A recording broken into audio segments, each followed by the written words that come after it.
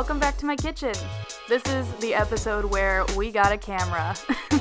And today we're gonna make my family's recipe for gołąbkis, which are Polish stuffed cabbage rolls. Let's do it. Start with a large head of cabbage and remove the core. Then put it into a pot of warm water to help separate the leaves. You want them as intact and large as possible, and it kind of depends on your cabbage, but just as many as possible. For the filling, start with a pound of ground beef and add about a quarter teaspoon of salt.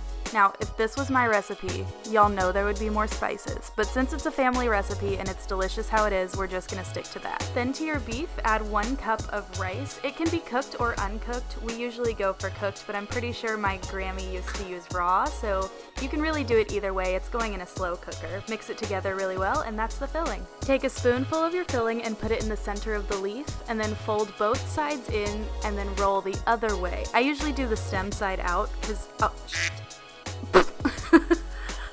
don't drop it, Keaton.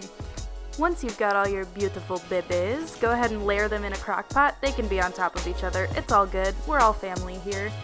Once you've got all your rolls in the crock pot, take some tomato sauce and just smother them. Set your crock pot to high in the morning, and then when dinner time rolls around, you've got some beautiful gołąbkis to dig into. Thank you so much for coming to my kitchen today. See you next time.